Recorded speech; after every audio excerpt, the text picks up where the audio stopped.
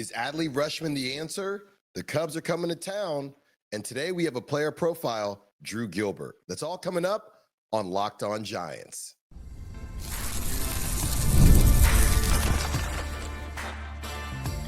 You are Locked On Giants, your daily San Francisco Giants podcast. Part of the Locked On Podcast Network, your team every day.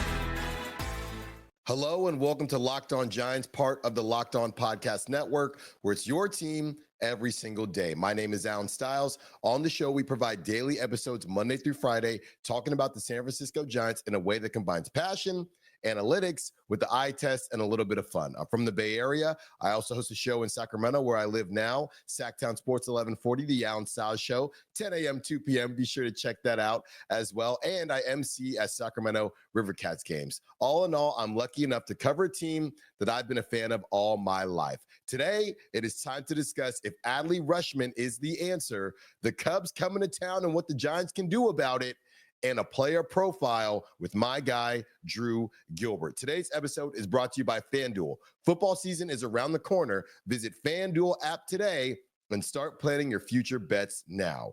Is Adley Rutschman the answer? Specifically at the catcher position, of course. Before we get into the Cubs coming to town, I'm not saying anything as far as the Giants not being in a good position. Well, they're not in a great position, but the Giants not going to the playoffs and this season being over, anything like that. But I wanted to give you a little preview of how we'll be getting down this offseason when it comes to potential trades and things like that. And this is nothing against Patrick Bailey. I'm not even sure the Giants would be moving off him in a situation where they bring in another catcher, but they probably have to upgrade in some type of way. Maybe that upgrade is Patrick Bailey playing better next season, but the league is continuing to evolve. And although catchers will probably never be viewed as offensive necessities, you can't be a complete negative. And you definitely can't be a complete negative in this Giants lineup where you're always looking for offense, even though they've paid, some big money guys. You can't be a net negative, really, and I think about it even from the basketball perspective, just what? 5, even 10 years ago, there were kind of defensive specialists that literally would not score the basketball at all. They wouldn't have to do anything. Now the game has changed. Even if you are a defensive first guy, you have to be able to knock down open threes and things like that. I think Patrick Bailey could do that in the baseball sense, but he has not been able to do it this season. And honestly, it's been rough sledding. It always feels like Patrick Bailey is up with the game on the line. It always feels like he's up when the Giants really need a big hit with runners on base. And that's just how baseball is. And he's come through for the Giants a couple times, but more often than not this season, it feels like he hasn't been able to get it done with far too many strikeouts and far too many walking or strikeouts where he's just looking at a pitch and not even giving a swing at it, assuming that it's going to be a strike or a ball or hoping it's going to be a ball, and he ends up walking somewhere straight back to the dugout. Enter Adley Rutschman, the 27-year-old two-time All-Star and one-time Silver Slugger that was poised to be the face of an up-and-coming Orioles franchise. And that franchise, I don't know what happened to those guys, to be completely honest with you. This is from kind of an Orioles article. This is from Birds Watcher. Quote, previously regarded as relatively durable for a catcher, 2025 has been a different story for Rutschman. After narrowly avoiding an IL stint after taking a foul ball off the mask, the recurring oblique injury has caused him to miss significant time this season. If he adds permanent durability concerns to the equation moving forward, it will only provide the Orioles with more motivation to move on. With that being said, and this is me now, that was a great little clip. With that being said, it feels like they already have, the Orioles do have a contingency plan in place. This happened late last week. Samuel Basallo, the Baltimore Orioles young catcher, this is from Jeff Passan, finalized an 8-year, $67 million contract extension.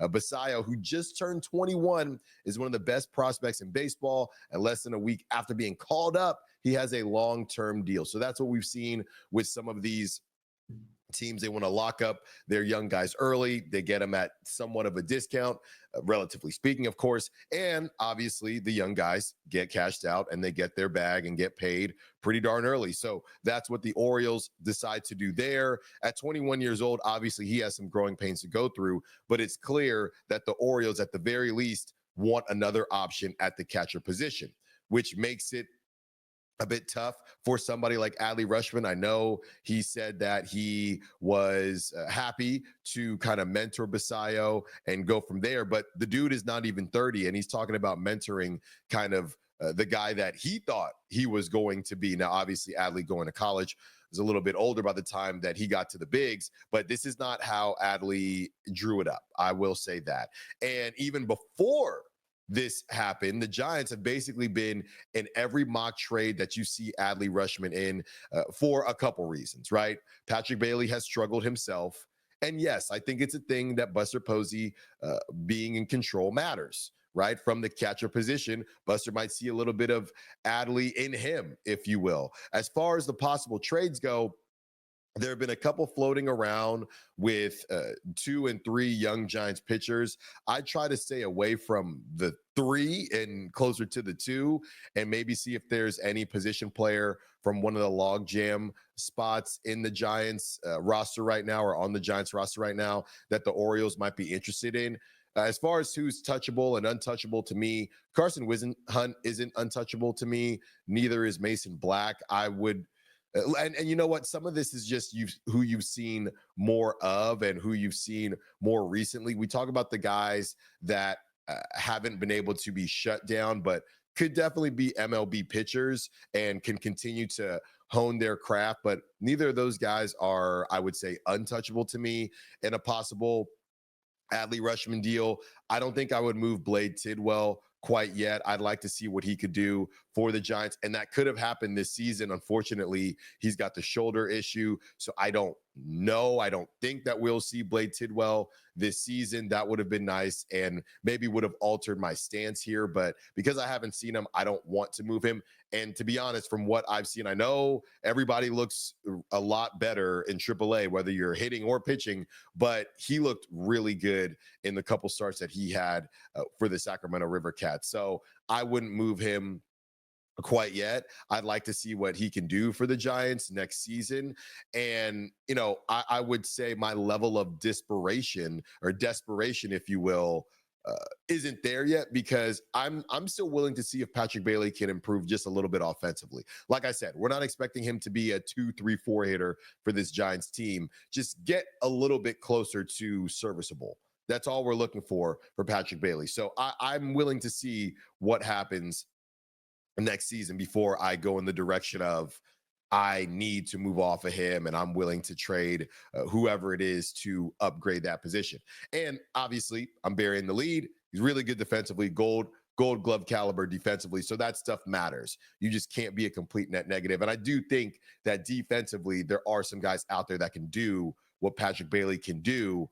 It's all about whether you can put it together. Let us not forget, going back to Joey Bart and Patrick Bailey. Patrick Bailey was always the defense guy. Joey Bart was supposed to be the offensive guy. We know how that turned out for the Giants. But Patrick Bailey, he was never necessarily lauded as an offensive guy. The hope is that one of those guys would meet in the middle and be able to do what they weren't really profiled to do and kind of overcome that. And Joey Bart wasn't able to do that in either regard.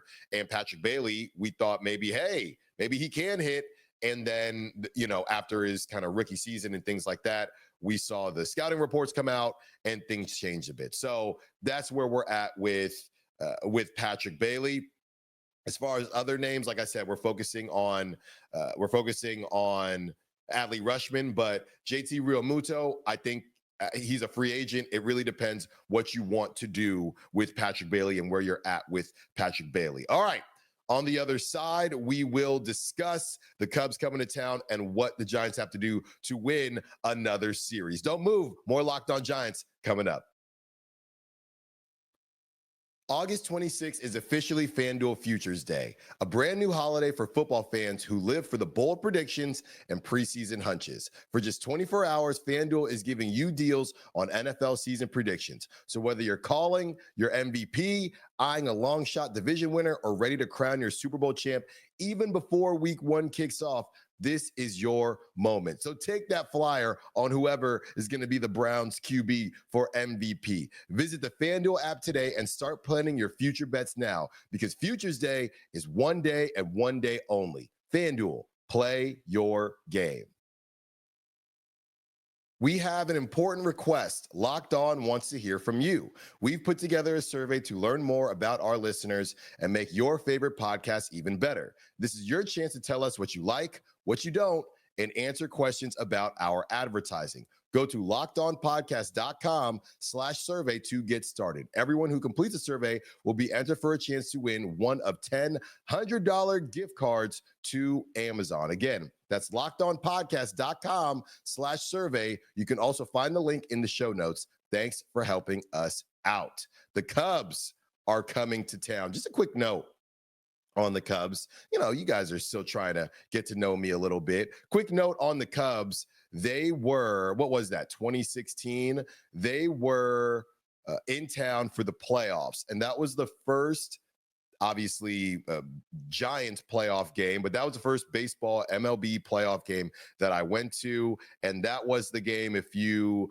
remember, the Giants were in control. They handed it over to the bullpen, and the bullpen absolutely blew it. So that was my first and only MLB playoff experience. So ever since that night, I've always wanted to put it on the Cubs.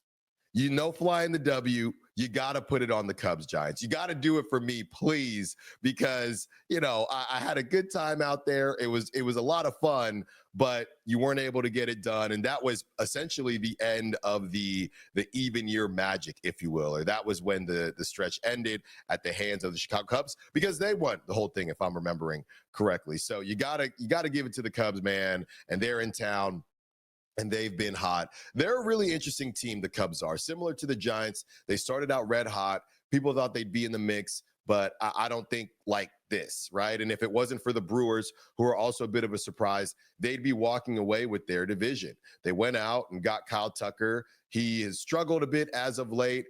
They got PCA, who is an MVP or was an MVP candidate for the first half of the season. He cooled off as well. And Kyle Tucker, I want to spend some time on him briefly, because he was a really interesting decision. They traded 2 guys over 25, a pitcher who's only thrown 32 innings for the Astros now, but Isaac Paredes, who's played in 94 games with 19 bombs and an OPS of 829, that could have helped you. That could have helped you. Now, again, like I said, he's 26, 27 years old, but then you still have, there are 3 guys that went in that deal. You still have a 22-year-old top 75 MLB prospect that is making his way up the ranks. All of that for a rental that you could lose in free agency, and he could go to the Giants, but you could lose him in free agency, and he's kind of having a down season for you, right? There are questions about whether he should sit or what's going on there. So that is quite the gamble that the Cubs took.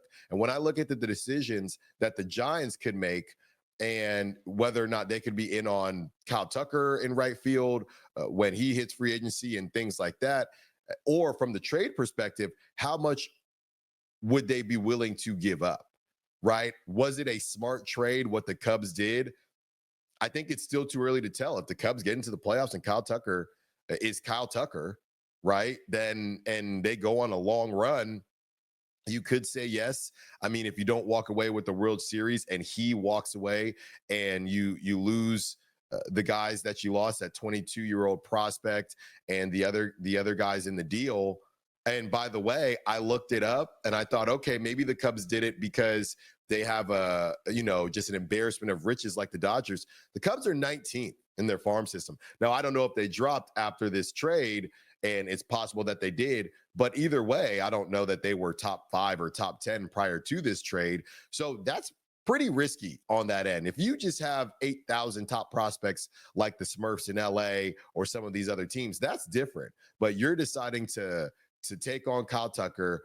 If you're able to keep him, now we're looking at it differently. But as of right now, if you lose him and, a wild card team, you lose in the first, second round, I think that I understand why they were willing to take the chance. I don't know if I want the Giants doing it. There are some names. I already mentioned some of the pitchers. And when we get to our player profile, there are some names that I think the Giants could move and not have too much of it could move for value and could not have too much of their farm system be shaken up. As far as this series, the Cubs are 8-2 in their last 10 games. The Brewers won yesterday, so they're looking at about 30 games to make up 6, which is eerily similar to what the Giants are trying to do for that last wild card spot. They've won 3 in a row. Okay, the Cubs have. Seems like they've powered through some of those struggles that I mentioned a couple weeks ago, and this is going to be tough for the Giants. Right? I have a real reach for you if we want to try to go there. The Cubs are so far back in the division, there might be a little bit of a motivation issue because they're just trying to hold on to that wild card. But I mean, we're only talking about a couple games in front of the Padres. So like I said, I'm definitely reaching, and this is going to be a tough one for the Giants. And I think the biggest thing is, as far as the Giants are concerned, can they overcome the boogeyman? Can they overcome the nightmare, not the nightmare on Elm Street, the nightmare at Oracle Park, right? Because that's what it's been for the Giants. They have struggled at home. And I know I've said it ad nauseum about 1901 and that rough stretch. They did win their last game before going on the road. They won that Rays game. Then they went to San Diego and didn't play great. They won 1 out of 4. And now they win this series against the Brewers. So did they get enough of a bad taste out of their mouth with that win against the Rays? That's what we're going to have to see, because it's a thing now. I would assume that the Cubs, again, as we've discussed, the Cubs are looking at the Giants saying, if we do want to catch the Brewers, or if we for sure want to hold on to this top wild card spot, we definitely have to beat the Giants. We definitely have to win this series. That's how I'm looking at it if I'm the Cubs, and that's no disrespect to the Giants. That's just where we're at right now. So we'll see what happens there. I think that, there are a couple, we'll see what happens with Verlander, right? It's still jarring to see 1-10 when you see Verlander's record. It's still extremely jarring. He has put together a couple good starts here and there, and the Giants haven't been able to capitalize. Obviously, that wasn't last game for him, but the game prior. So can they power through and kind of keep this thing rolling, as they've now won a couple games in a row and want to show that, hey, on our side of things, we can take care of business and we can at least make this thing a little bit interesting. If it's too far gone, it is what it is. And I know I see people in the comments. Shout out to all the comments. I'm still getting love as more people are finding the channel and finding out that there's a new host in town. So I appreciate you. I see all the comments about Bob Melvin and Alan. If they win too much, they may keep Bob Melvin. I don't doubt that. That could be, for some people, worst case scenario. I don't know what to do about it. I really don't, right? I don't know what to do about it, because it's very possible, from what I've heard, like I said, it would have to be a heck of a stretch, right? And it can't just be they won a last series or the last couple series. I do think that beating the Brewers to start helps. And if they win this series against the Cubs, that would help too. But like I said, from what I've heard, it's going to have to be more than a couple random series. So if you are kind of over the Bob Melvin experience, that is what I have for you. One more segment for you today on Locked On Giants, and we are premiering kind of a new thing that we're going to do throughout our time on this show, and it's player profiles. And no better person to profile to start than somebody who just made his way to the Giants not too long ago, Drew Gilbert. Player profile, Drew Gilbert, when we return. Don't move. More Locked On Giants coming up. Time to fuel up and turn it up with 5-Hour Energy Transfusion. This great ginger and lime flavored shot brings the iconic taste of a golf course favorite to a non-alcoholic boost. Perfect for sinking birdies or making great memories with friends. It's a hole-in-one for your energy game. Whether you're out on the course or need a little extra push to power through your day, 5-Hour Energy Transfusion delivers the clubhouse flavor you love without ever leaving the green. I remember my first and possibly my last chip in like it was yesterday. Golf is all about good times just like that with good people and good flavors. The grape ginger lime flavor of 5-Hour Energy Transfusion gives you the best parts of your clubhouse go-to without leaving the course or chasing down the bev cart. Now you can amp up the fun even more. Just buy, snap, and enter for a chance to win a dream golf trip for two to any golf tournament in the USA. Tee up that trip. Visit 5-h-e-win.com for full rules and entry. No purchase necessary. Excludes the Masters tournament. Ends October 31st, 2025. So for our last segment today, let's go with a little player profile. This is something that I'm going to be doing on the show. Sometimes they could be AA players. Sometimes they could be single A players. Sometimes they could be my River Cats players. And today we are going with Drew Gilbert. And this is something that I wanted to do to start profiling the young players on the rise on the Giants. I thought Drew Gilbert was a perfect player to kick this off because he comes over in the Rodgers trade, immediately gets pulled up to the bigs, struggles early, starts to find something. Now Matos is red hot, and we truly don't know what the plan is for him or when we will see him again, because Matos, he's been hitting against righties. Drew Gilbert, the 24-year-old from University of Tennessee, is a 5'9" firecracker, and I love what he can bring to the game. This is from MLB.com. This is what his profile reads. The left-handed slugger is often described as a player who performs like his hair is on fire. Once criticized for putting the ball on the ground too often, he did a better job of adding lift and pushing his pull percentage to 50.9 across all three of his stops. That allowed his average power to play in games, especially at hitter-friendly Asheville, but he projects as a hit-over-slug batter given his 5'9" frame. Gilbert uses above-average speed well on the base pass and can push defenses on balls to the gaps. He got time in all three outfield spots with both the Mets and the Astros, but his wheels and aggressiveness serve him just fine in center. So in AAA with the Mets, he was slashing 243, 347, and 430 with an OPS of 777 and 12 bombs. I've loved Drew Gilbert for a very long time. Okay. I don't know how many of you watch the College World Series. I think it's one of the most underrated events in sports. And I say that as a former college baseball player. So obviously I'm not completely objective there, but you got to watch it. You got to watch this stuff, man. And Drew Gilbert, when he hit that walk-off grand slam with the crazy bat flip, I'm a bat flip guy. Okay. I think that pitchers can do what they want after a strikeout. I want it all. I just want more people to watch baseball and to enjoy baseball. That's how I am. But when he bat flipped and threw the bat in the air, it may not have even come down yet, to be completely honest with you. I was smitten. I wanted this guy on the Giants from day one. So the reality is, and I just had to give you a little bit of that background. The reality is Drew Gilbert is a high-level tweener, right? A high-intensity tweener. He doesn't hit for a ton of power. He's not going to hit for a ton of power. He doesn't steal a lot of bases, which I think is something to keep an eye on. And he is a solid outfielder that can play center, but he's not a Denzel Clark on the A's. He's not one of these hyper athletic dudes. He's a gamer. That's what we would call him. You can call him a tweener or you can call him a gamer, right? He is a guy that he's going to put everything on the line as soon as he steps in between those lines. And that's what I enjoy the most about Drew Gilbert and what I've enjoyed about watching him even from his college days, and obviously excited that he's on the Giants. That's why what I'm about to say pains me very, very much. All right. And I'm just going to keep it real because that's what I'm going to do on this show every single day. That is my job when I speak to you. If I'm positive, if I'm negative, it's just me. It's just how I'm feeling in that moment. And I'm going to keep it real here.